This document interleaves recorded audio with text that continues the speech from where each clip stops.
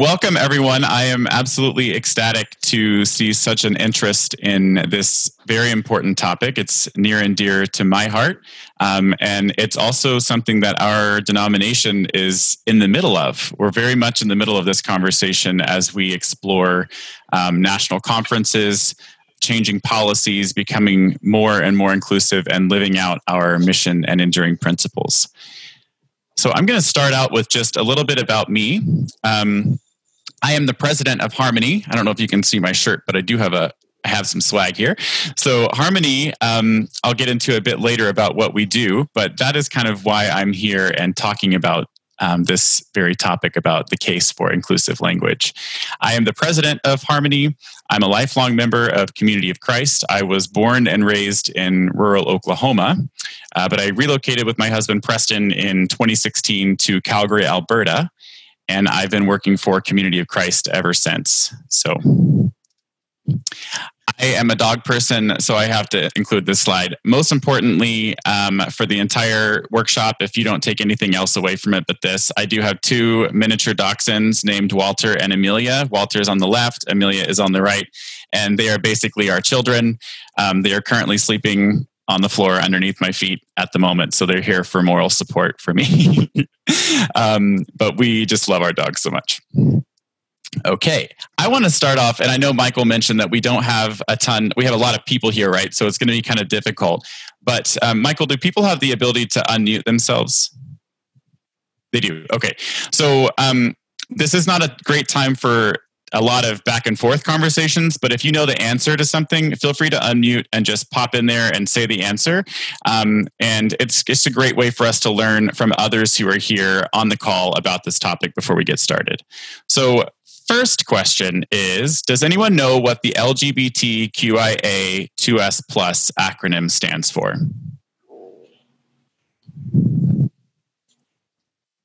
Nope. I know you're part of it. Yeah, I know a little bit. It's getting longer, Parker. I know. Yeah, it's getting really longer. I mean, lesbian, gay, bisexual, trans, queer, intersectional, ally, and you lose me at the 2S. So actually the A is for asexual. Oh, asexual now. Okay. Two-spirited. And the 2S is two-spirited. The 2S is two-spirit, yes. Two-spirit is an indigenous. Okay. Yes, yeah, absolutely. And then the plus sign, of course, stands for the other countless affirmative ways in which people choose to self-identify. Next question. What is the difference between gender identity and sexual orientation? Gender identity is how you present yourself in the world, and it's more of a cultural thing. Sexual orientation is who you're attracted to. Very good. Very good. Thanks, Kathy. So according to the HRC, sexual orientation is an inherent or immutable, enduring emotional, romantic, or sexual attraction to other people. Gender identity is one's innermost concept of self as male, female, or a blend of both, or neither. So how individuals perceive themselves and what they call themselves. One's gender identity can be the same or different from their sex assigned at birth. Next question. What does the SOGI acronym stand for?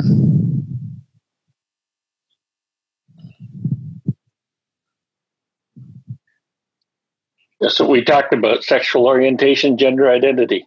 So this is just a way of being able to talk about both at one time without having to go through the mouthful of saying both. What is the difference between the terms welcoming and affirming? And in this case, I'm talking about congregational life in the church. I think for me, Parker, it sounds more like welcoming is like we welcome you to the place, but affirming is more like we truly support you and accept you just the way you are. I don't know if I'm Yep. Nope. You're right there. Exactly, Sandra. So welcoming is to say you're welcome to join us. And in other words, it's fine for you to come to church and we won't be outwardly mean to you, but we may still be praying for you to leave that lifestyle, air quotes, so that God will love you too. There's a lot of discriminatory undercurrents that can still thrive in a situation where a congregation is welcoming. Affirming, on the other hand, says, we see you, we respect you, we recognize that you are equally loved by God, regardless of who you are, who you love, or how you identify.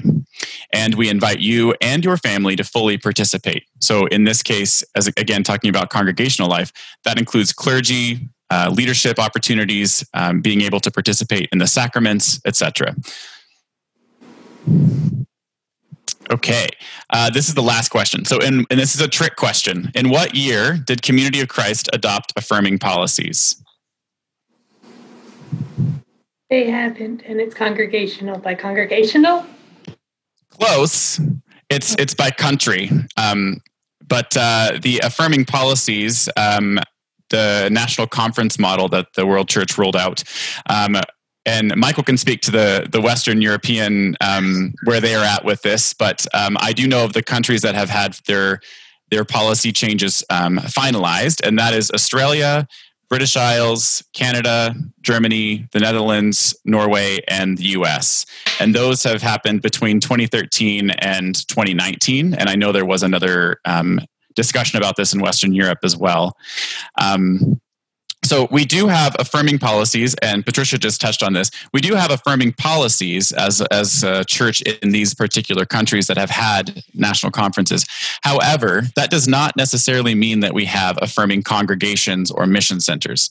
So in this case, a policy change is the appropriate first step, but action is required through diversity and inclusion seminars, sensitivity trainings, Harmony's welcoming and affirming congregations program, things like that, to expand our understanding of what we just signed ourselves up for. We said that we want to do this thing. We sat in a room and we voted that this was important to us. But how do we live this out on a daily basis for all of those who come and interact with us in our church? Cool. Thanks for playing. That's kind of how I like to introduce this topic. It kind of helps to learn from one another and understand. Some people come to this conversation with a great deal of knowledge and understanding, and some of us, myself included, they're still learning about certain aspects. So, yes, go ahead, Michael. I just, because you had mentioned Western Europe, I know Joey is on here as well, our mission center president, but we met last fall together as the Mission Center Council to be able to go through that process, and we were very happy to come to put the motion forward to the First Presidency that we would like to be able to become affirming. So we're waiting for that process to finish with the First Presidency, but we hope also to, in our 30 countries that we have in the Mission Center as well, to be able to become affirming as a mission center towards people from the queer community. That's fantastic, and that is a huge number of countries all at once. See how complicated that language was for me? Hey, but you did it. I got through it. Yeah. Thanks, Michael. So, why are we here today? As the hymn For Everyone Born indicates, God will delight when we are creators of justice and joy, compassion and peace. And for me, as we explore the case for inclusive language, we are seeking to do exactly that. So in being here today, you are pledging to extend compassion, support, celebration, and affirmation of every individual that you encounter in the world from here on out. And this is beautiful. This is an amazing thing.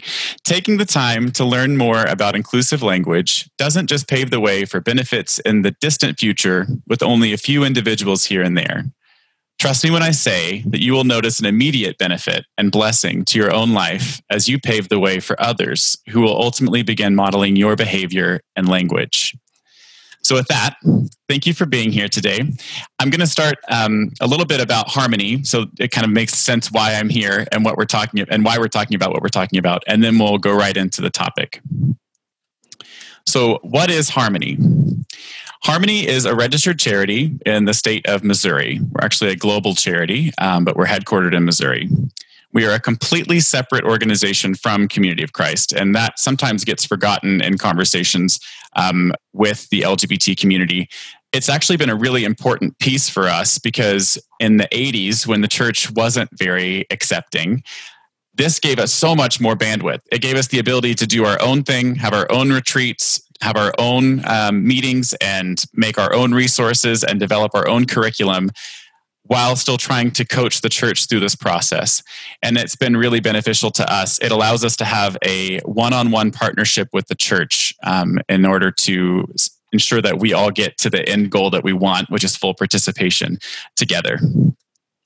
So in 2019, GALA, which is an organization some of you may be more familiar with, GALA stands for Gay and Lesbian Acceptance. GALA merged with WCN, which stands for Welcoming Community Network. Sorry for all of the acronyms. So those two organizations merged to form Harmony. So the new organization the organization has been around since the 1980s and has been instrumental in helping the denomination explore what it means to be fully inclusive.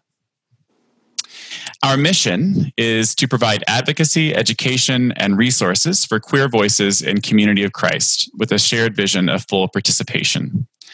So you might notice that asterisk. We put that there because some members of the LGBTQIA 2S+ community aren't very comfortable with the term queer, as it was used as a slur when they were younger. And this is understandably hurtful. And there's a wide variety of perspectives on this within the queer LGBT community. Alternatively, though, some people strictly identify as queer, or they don't identify at all within one of the LGBT acronyms, and therefore feel more comfortable with the umbrella term queer. So because of this, the term queer has been used as an umbrella term to capture the entire acronym without forcing anyone into being a plus sign. It fully includes anyone who would fall under that umbrella. And just one more caveat here to what we mean by full participation, and I kind of mentioned this earlier. The full participation in the life of the church, according to Harmony, pertains to all members without exception, ensuring each person is fully eligible to participate in the sacraments, priesthood, all levels of church leadership, as well as any other benefits and responsibilities guaranteed to church membership according to the membership manual. So we're just looking for equality. We're just looking for the same opportunities as everyone else. Why should you care about Harmony? Let me copy some links here real quick. I'm going to paste these in the chat box. One of the main reasons our church is as welcoming and affirming as it is now is directly connected to the work of Harmony. So past members were removed from priesthood, ostracized in congregations, denied communion, and in many other ways excluded from the life of the church. Thankfully, they had the courage to tell their stories and change the heart of church members and of the church as a whole.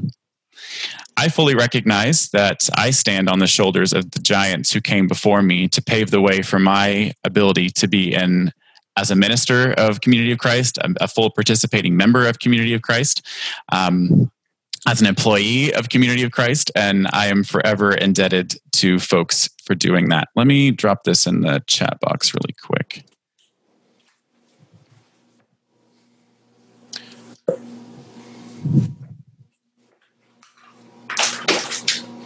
So I just put two links in the chat box. We have two books that Harmony was instrumental in creating. One is called Touched by Grace, and the other is Homosexual Saints. I grabbed the UK link. I didn't know exactly where else to go on Amazon, but I'm sure you can find it in your local Amazon store. Both books were instrumental in telling the LGBT stories of individuals in the Community of Christ denomination, kind of pre and post national conference within North America. Our mission to ensure that the future of Community of Christ, our mission is to ensure, that the future of Community of Christ is a fully inclusive one. So we are continuously working with church leaders at all levels. That includes pastors, mission center presidents, apostles, first presidency, to ensure that they have the tools they need to make the most informed decisions that they can. As one of our enduring principles indicates, there is unity in diversity. Community of Christ should be a sanctuary for all. What we do and what we offer with Harmony this is just kind of a high-level overview, but I just wanted to make sure there's some context here. We provide Pride event support, peer and family support for both the individuals themselves, as well as family members of individuals. Congregational support for those congregations looking to enter into that dialogue about becoming more affirming. We also provide spiritual companionship for those in the church. This is mostly done through Sacred Pause, which I don't know if many of you have heard of this, but it's a monthly opportunity for spiritual renewal that is all handled by a queer cast of presiders that provide a nice, lovely queer lens for those who attend these services. For those in Europe, our timing has not been great for everyone in your time zones. And so we are actually looking to create a secondary one that will accommodate your time zones. So stay tuned for more on that. That would be something that we'd love to do and partner with you. And then in general, the three areas that we are looking to support: advocacy, education, and resources.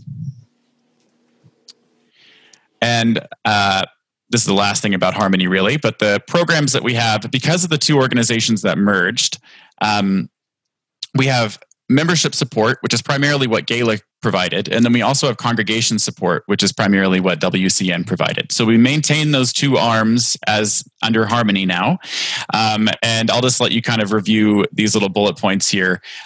We are trying our best to provide support to both of these equally so that we can work together to ensure that all of these struggles are being addressed properly and in sync with one another, versus only providing support for individuals and then their congregations are failing them, or vice versa. So we want to make sure that we're really doing our best to provide as much support as we can holistically. If your congregation, I will mention this, is interested in entering into that dialogue about becoming more affirming, jot down that email address on that last bullet, inclusivity@harmony.lgbt. And Michael, feel free to throw that in the chat box as well. Inclusivity@harmony.lgbt. There is no .com. .lgbt is the only ending there. And Tammy Lay, our congregation support coordinator, will be in touch with you to kind of let you know about next steps. Sorry, I lied. I guess we do have one more slide here. If you are on social media, please feel free to follow us. We are on Facebook, Instagram, and Twitter at Harmony LGBTQ. You can follow us there and stay engaged in the conversation. And if you would like to support future events like this one, feel free to become a member of Harmony. You can visit harmony.lgbt/membership. And that will provide you all the details that you'll need. Scholarships are available. We don't want money to be an issue, so please feel free to engage in those resources as well. Okay, without further ado, the case for inclusive language. I have already sent through Michael a few documents that will be helpful as you go through this, but I'm also going to paste the link again in the chat box. This is the genderbread person.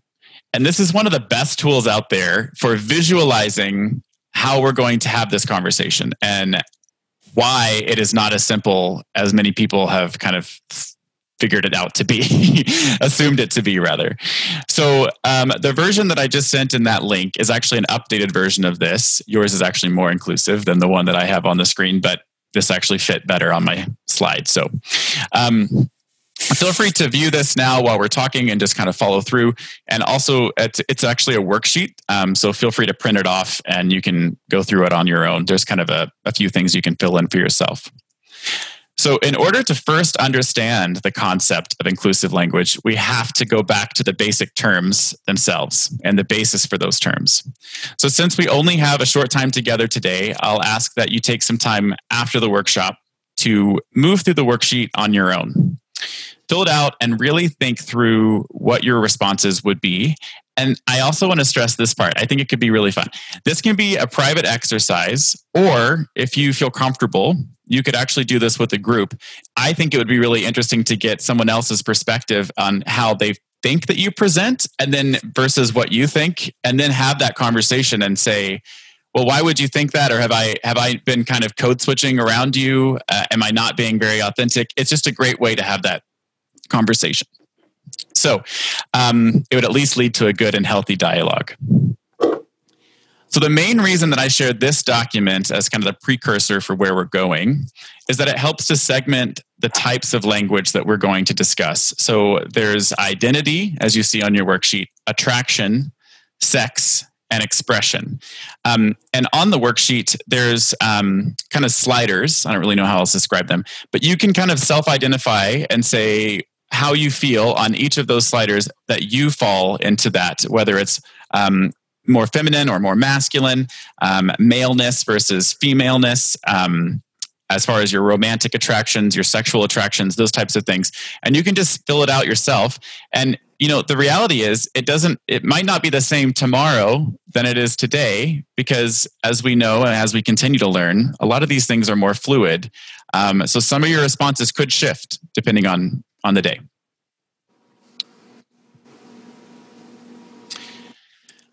I am a graduate of Community of Christ Seminary, and I couldn't help but include a few really important to me scriptural elements as to why we are even allowed to have this conversation in Community of Christ.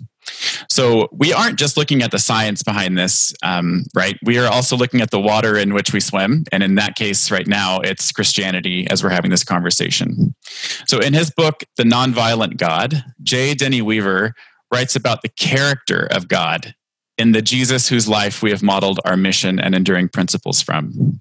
And I just love thinking about the character of God. I love thinking about who this person, this being, this deity is, and the perspective and the personality traits that this being, this deity could have. So I'm just going to read this quickly, and I hope that it provides some good foundational elements for you. It definitely did for me.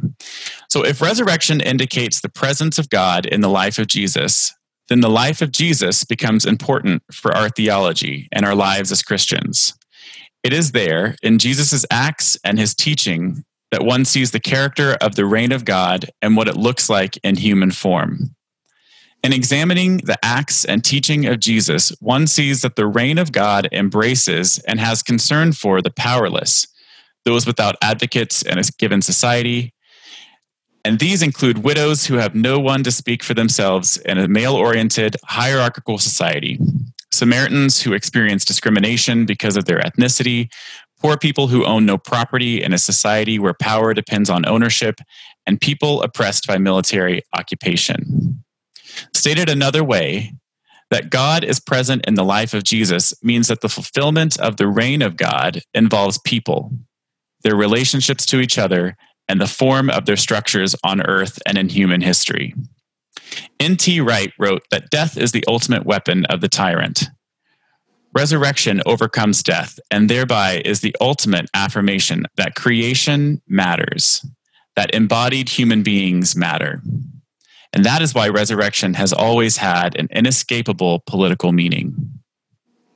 I just find that so powerful, and it really sets the tone for me feeling grateful as a member of this denomination that we have this perspective, that we feel that this is a way to allow us to move into a conversation that can be viewed as divisive, and a lot of denominations avoid it altogether.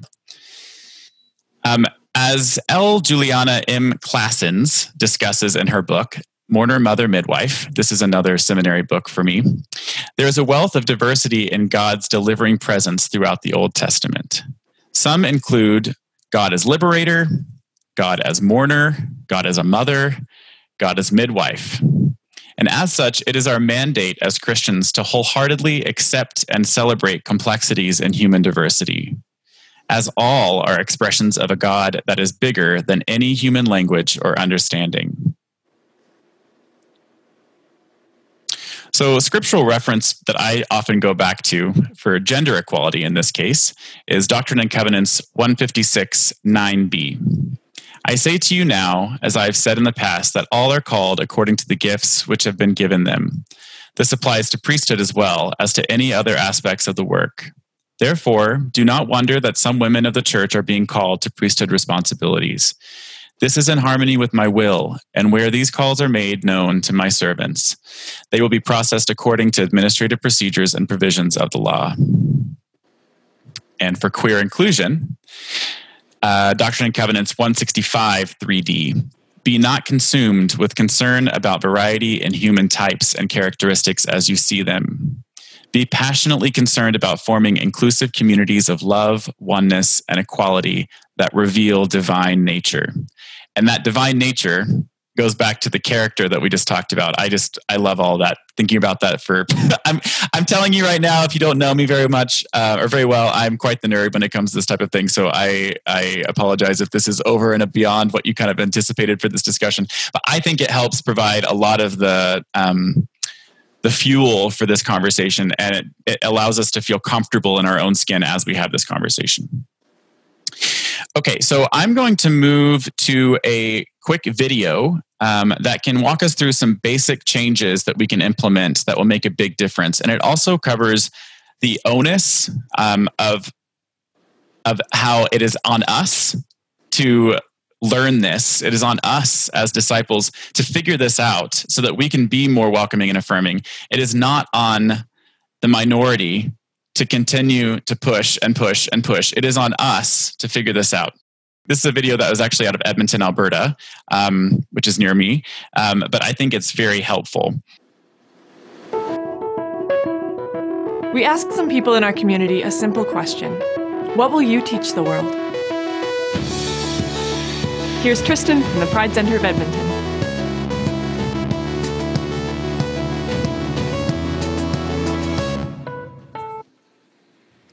I'd like to teach people about gender identity and how to use pronouns correctly. First off, let's talk about the difference between sex and gender identity.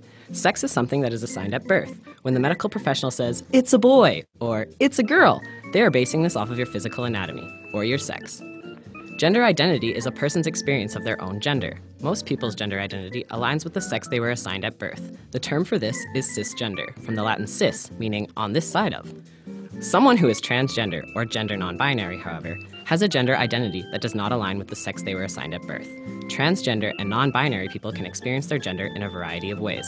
Some transgender people may identify strongly with a gender. Some may feel disconnected from masculine and feminine genders, while others may experience their gender as a combination of both. Here's a quick refresher on grammar.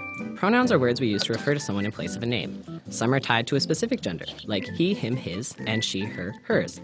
Others, like they, them, theirs, are gender neutral. Some transgender people will use gendered pronouns as they affirm their gender identity. However, some transgender and gender non-binary folks will use gender-neutral pronouns. It's important to consider that the pronouns that feel comfortable for one person might not be for another. Okay, so why is this important? You probably have an expectation about what pronouns people refer to you by, and so do most transgender or gender non-binary people. Using someone's pronouns correctly is important because pronouns correspond with a person's gender. When pronouns are used incorrectly, we may risk misgendering them. Misgendering is when someone uses the wrong name or pronoun to describe someone else. This can cause distress for the person who is misgendered because they may feel that their gender identity is not validated and respected. Misgendering can also create a risk to someone's safety by outing that person to others. Unfortunately, some people purposely misgender others to insult them. Using the correct name and pronoun is about showing basic respect. If you're not sure, you can just ask.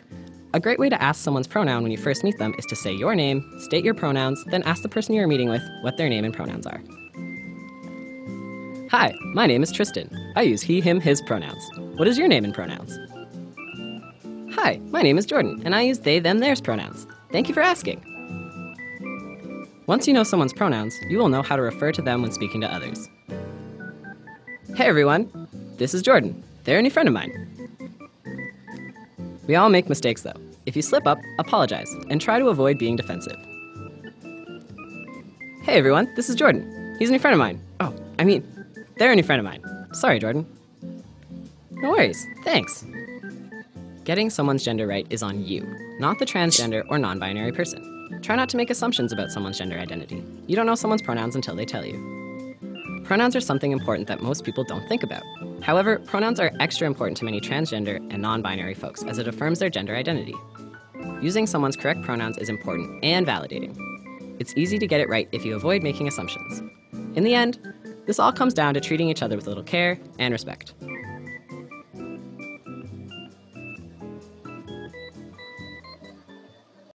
He talks really fast, but it's a really great way of understanding again, the onus, and also to kind of take the stress and pressure off of getting it right every time, because we're not always going to get everything right every time. And conversations don't happen in scripts like we just saw. Conversations happen very organically, and you might just make an assumption sometimes because you're just busy and not thinking. But this is just a great way to start putting into practice those good habits of presenting your pronouns as an example for the other, and then it's said, it's put out there into the world, and then you have it in front of you and have the right information. Someone has given you their pronouns, and then you can affirm that, like you said, like you saw where they introduce Jordan, right?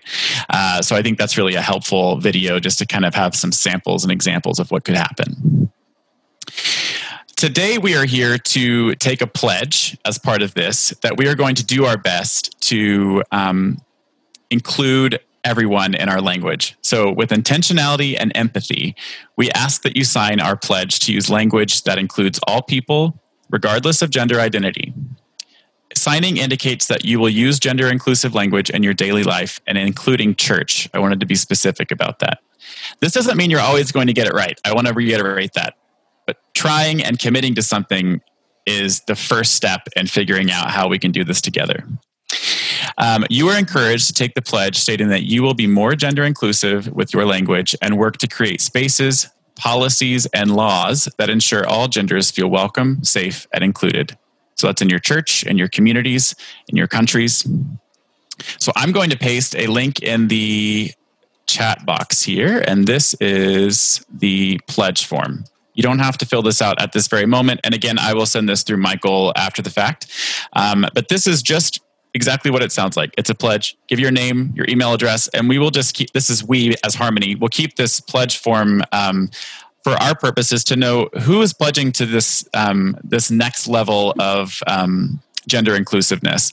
How can we support this group of people who have said that they want to do this? And we're hoping to be able to provide more and more educational elements to this group as that mailing list grows. Okay, and resources. So these are all going to, I think, Michael, did I have you send these out already? I think so. So yes. These links were already distributed through Michael, and some of you may have registered today and not have had a chance to look through them. But I highly encourage you to go through all of these. Again, that genderbread person link is here that I sent earlier. The Human Rights Campaign has a fantastic list of glossary terms. I actually prefer the Safe Zone Project's comprehensive list of terms because it's a bit better, I think, in my opinion, and it keeps the old, outdated terms. For example, hermaphrodite is not something that we see as being okay to use anymore. However, they keep it on there and they say see intersex. And so it allows you to kind of, if you were, depending on when you were raised and what language was used around you, it helps you to plug these things in a way that makes sense. And then you understand why the language was shifted to be more affirming and welcoming. And then the understanding pronouns, the LGBT Life Center, that's where the video came from that we just watched. There's actually a great deal of other details on that page that I hope will help provide some context for different words that you could shift out that you may not have even thought about. And that's something that I'm continually learning about as well, even as a member of the queer community. So it's about 20 till. I've gone through a lot of information. I wanted to mostly stick with the case for inclusive language, why inclusive language is important. I could have spent an hour saying do's and don'ts, but I don't think that's quite as fun. I think that you kind of have to understand the concept behind why we're even talking about this in the first place before we can go into those glossaries and really just start perusing them. So I want to encourage you to have some homework here, to go back to these links that I sent out through Michael, to watch that video link again that we just watched together, and then to just kind of put those into practice and to start experimenting. And if any of you live near one another, you could have a core group that you kind of hold each other accountable. I think that would be fantastic in congregation life, in your mission center, whatever works for you. I think it's just an important thing that we have to work together to move forward as a denomination, as a people, as a society. So I am going to leave the last 20 ish minutes open for questions. And if you have specific questions on terms, we can look those up together. If you have questions that you'd rather me answer privately, feel free to email me at, I'll put my email address in the chat here. You can also throw your question in the chat box, and Michael and I will see that and be able to respond to those as well. So I hope this was a helpful 40 minutes of discussion and presentation, and hopefully we'll have some good question and answer time now. And if I could just say, if you don't put a question in the chat, you'd like to ask it, if you could just put in the chat, I have a question, then we can call on you. It might be a little bit easier that way. I already see that Mike Botts has a question here. Parker, which pronoun would be appropriate for God? You know what? I use multiple pronouns for God. So I refer to God as they, them. I refer to God without pronouns, as some people prefer to just have their name. So saying God is genderless. You could say, I sometimes cycle through, depending on, like if I'm giving multiple prayers in a short period of time, I will focus on she, God as mother, God as father, and then I'll give a gender neutral pronoun as well, just to kind of take time and space to sit with all the different possibilities that would exist within a being as great and marvelous as God. And I guess I'll go on from that real quick. I think it's important to keep certain elements of gender in God, because I think that the father aspect, the mother aspect, that's an important aspect of the relationship there. So don't feel pressure to abandon something that really nurtures you. But I think it is healthy to understand the other possibilities and the complexities that live within our understanding of God from the written word.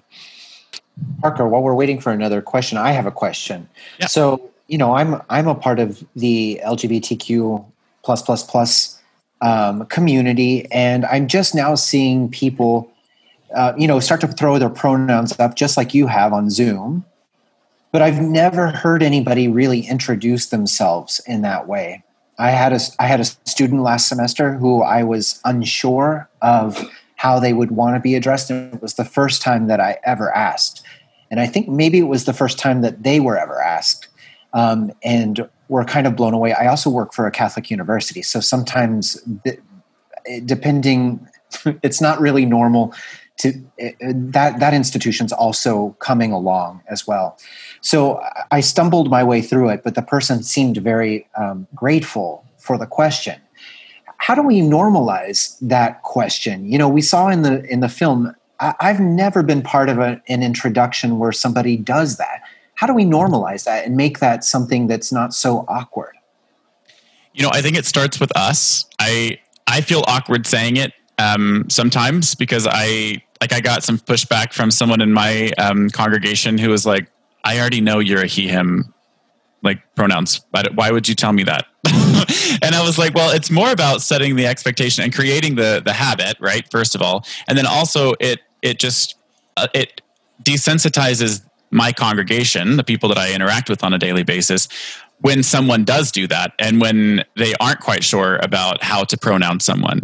And we don't want to mispronounce. So I think as awkward as it can be the first couple times, I think it's really important that we just build that into our introductions and go from there. And if they look at you like you're crazy, then that's okay. But at least you didn't do anything wrong. You actually just kind of gave them extra tools for their own toolkits about how to refer to you. There's a question from Lou Shepardson that says that this has been all English-centric. Do people with other native languages feel the same and make the same case in their language? French, Spanish, German, etc. I'll let you take that, Parker, but I can also assist in some way with that too. Yeah, I would love for you to jump in there as well. I will say I definitely appreciate that, Lou, because it is, each language has different relationships with masculine and feminine words.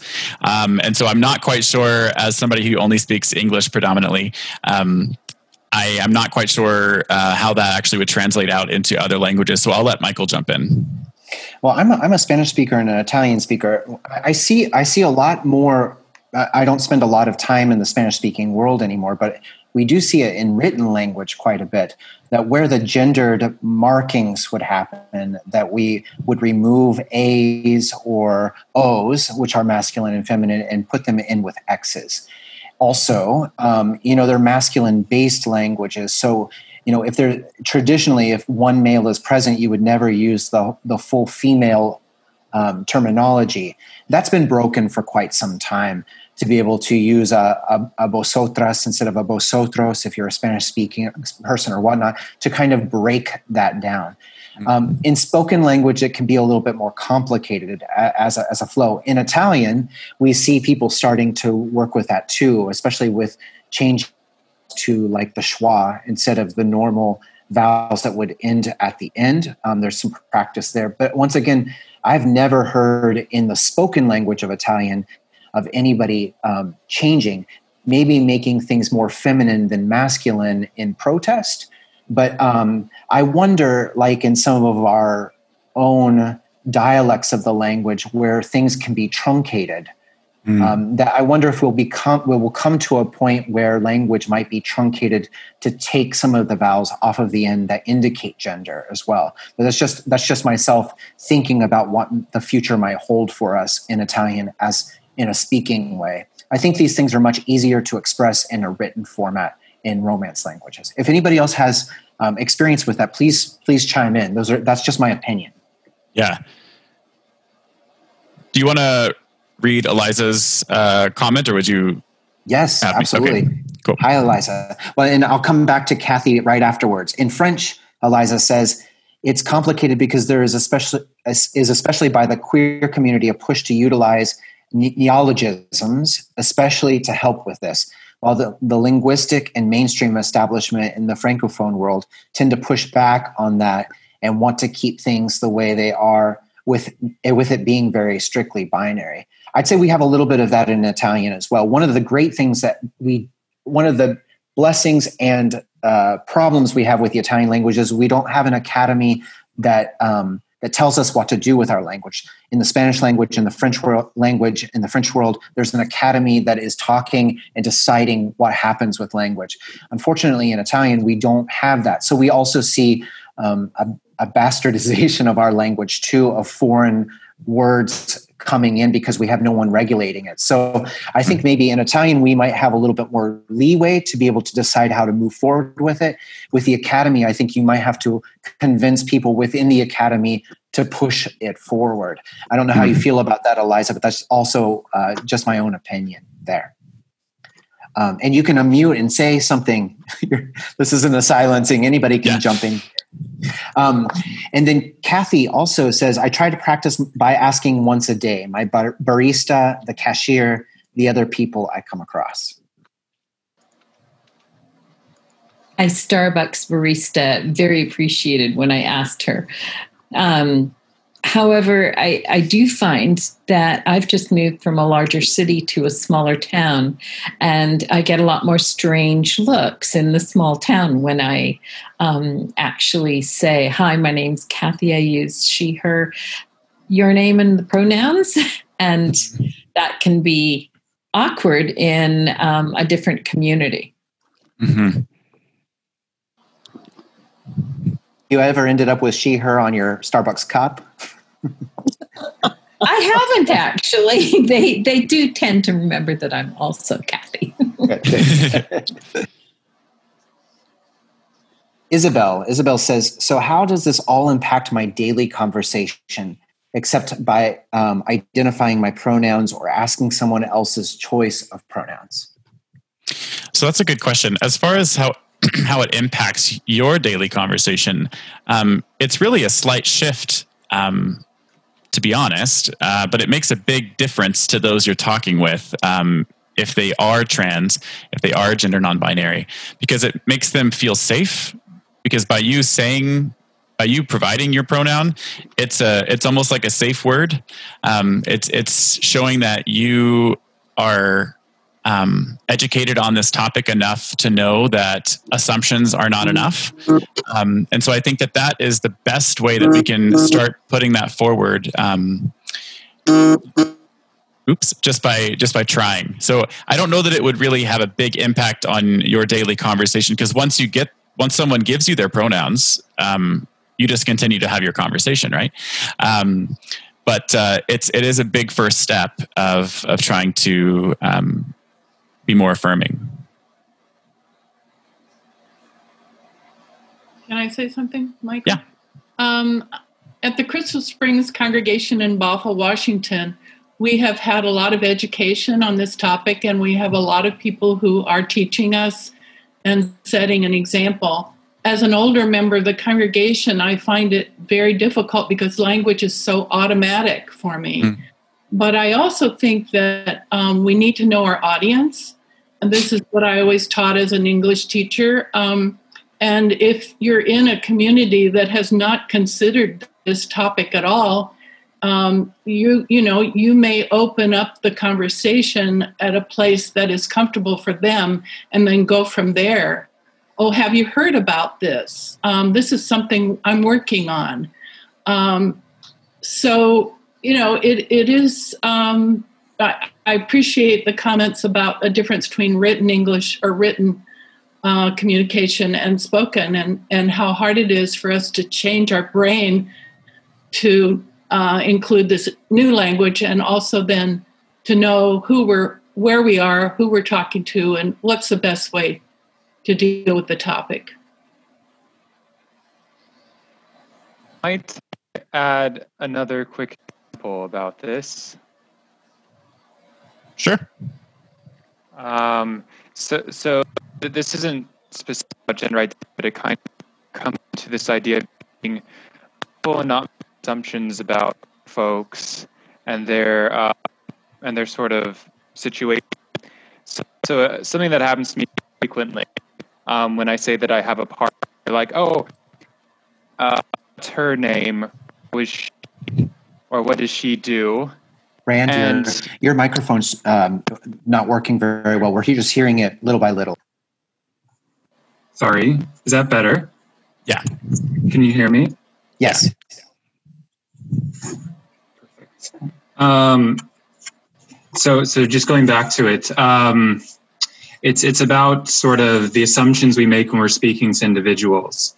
So when I'm talking to someone and they ask about my partner and they start using she, her, those sorts of things, my automatic assumption is that, are they not okay with me being gay? Should I reveal that it's a man, or should I just sort of like continue and not worry about it? And the times when I'm speaking to someone and their assumption is not that I'm married to a woman is very comforting and very helpful. Like just recently I was going to a chiropractor appointment, and the doctor was just like, "So, do you have a wife or a husband?" Without even prompting. And that automatically made me feel like, oh, I don't have to go into this explanation, wonder, should I reveal this information? Will it cause problems? It really helps. So if you don't know and you're unsure, it's very helpful to ask, because it really sort of helps put people at ease and makes them feel comfortable in kind of their interactions. That's another sort of concrete example, but it also works with pronouns and how we speak to people and what assumptions we make about that person. Absolutely. Thank you for that, Rand, because that happens to me all the time. I mean, there's just those like assumptions that someone brings to the conversation, and they don't mean anything by it. They just don't think to include a gender neutral word like partner, or they don't think about the pronouns that they're using.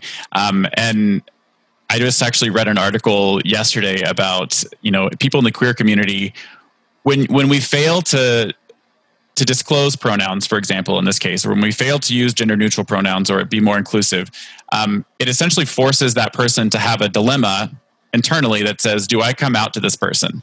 So it's not like you're just correcting them and saying, no, I have a husband. You're actually, like Brand was talking about, you're actually going through this whole checklist of, is this person safe? Am I safe?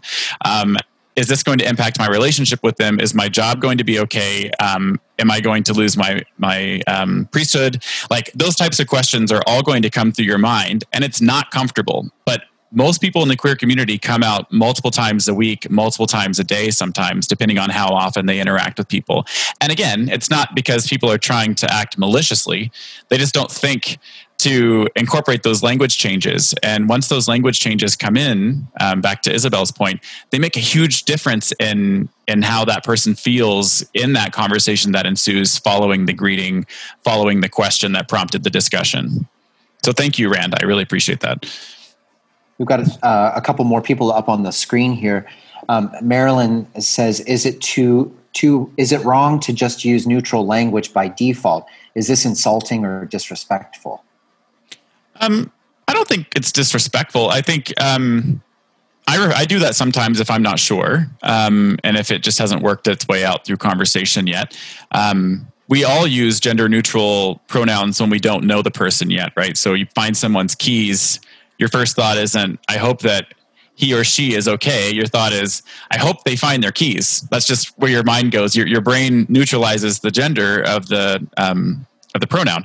So I think it's absolutely healthy to get into that practice, to just start from a neutral pronoun and then go from there, depending on if the person corrects you or if they refer to themselves in front of you as a masculine or feminine pronoun, then follow their lead, right?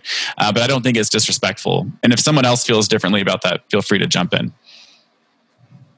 Lou asks, are there also any props or symbols that someone might wear, a lapel pin, a brooch, that identifies their identity and pronouns? And Eliza adds to that, there are definitely smaller vendors with pins and stickers that one can wear that mention your pronouns.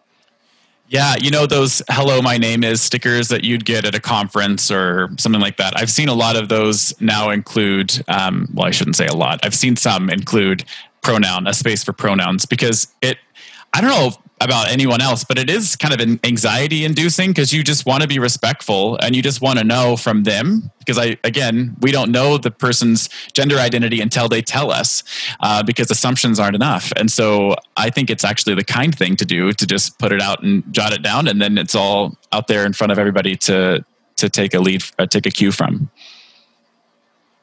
These are great questions. I like this conversation. We've got about 5 minutes left, everyone. Please go ahead. I was going to mention from the language perspective, when you were talking about different languages, that Swedish actually has adopted a gender neutral term of hen. So it's like han is masculine, hon is feminine, and then hen is gender neutral. And it was actually, I guess it's like the Swedish Academy or whatever, it was about 2014, I believe. I saw actually one of the churches here apparently had put out an advertisement for a Christmas service where they used hen for Jesus. And so that I found an article just talking about the controversy that ensued over that. But when they made it, the church made a statement about it, saying that we want to use inclusive language so that many people can see themselves in Jesus. And I just thought that was a really beautiful thing, to use a gender neutral term to kind of describe, and just seeing how that's reflecting in the culture here. And they have some like gender neutral preschools here where everyone is called hen. So it's just let the children be what they are. I was just going to say that I think that's fantastic. And the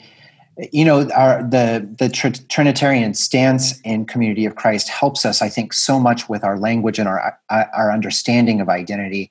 My own former tradition, God was strictly male, and all parts of the Godhead were probably male in a sense. So it becomes very complicated for people that really don't understand. I also think that using they and the plural pronoun for God also as perfect community, that is so many different things, just like Parker was saying, and just like the Swedish church is saying, and as Leah, I think that's profoundly beautiful as well, because there's so much there.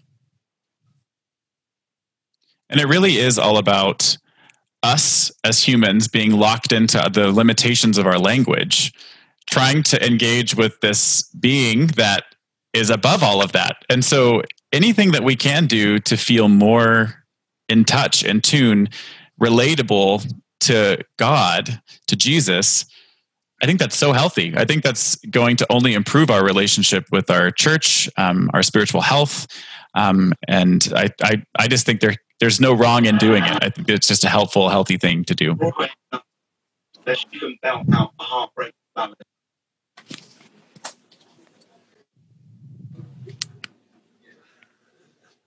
Mike Bot says German is still way behind. Michael, can I come in? Of course. Go ahead, Sue. Yeah. I just want to sort of affirm something that Rand said, that at our church campgrounds in the UK, Dunfield House, we have transgender groups, generally families with younger children who come for weekends, which are very much like a Community of Christ weekend, apart from not having the religious part to it. And what's been really helpful for our staff is that everybody wears a badge with the pronouns on. And that's really been a huge learning curve for our staff as well, for them to feel comfortable and for them to be able to address people as they want to be addressed.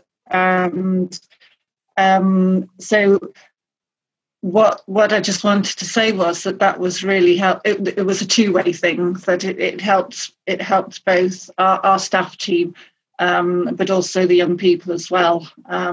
And we learnt so much from them, and it was an incredible experience. So hopefully post-COVID that will happen again. But thank you as well, Parker. It's been fascinating. So thank you for the session tonight. Absolutely. It's my pleasure. Parker, just if you have any last words, and then I'm going to give our last announcement before we end the session this evening. I don't think I have much. I just really appreciated the attendance and the conversation and the interest. And I'm going to, as I've mentioned before, send a bunch of details to Michael, and he can communicate that out to everybody who's registered for this session. If you're interested in more of these types of things, feel free to let Michael know or myself. And we're in the process of trying to create more of these sessions that can bring greater awareness to the topics and also foster the discussions in the future as we move forward. Thank you, everybody, very, very much for being with us tonight at Community Circle, wherever you are in the world, and God bless. Thank you all so much.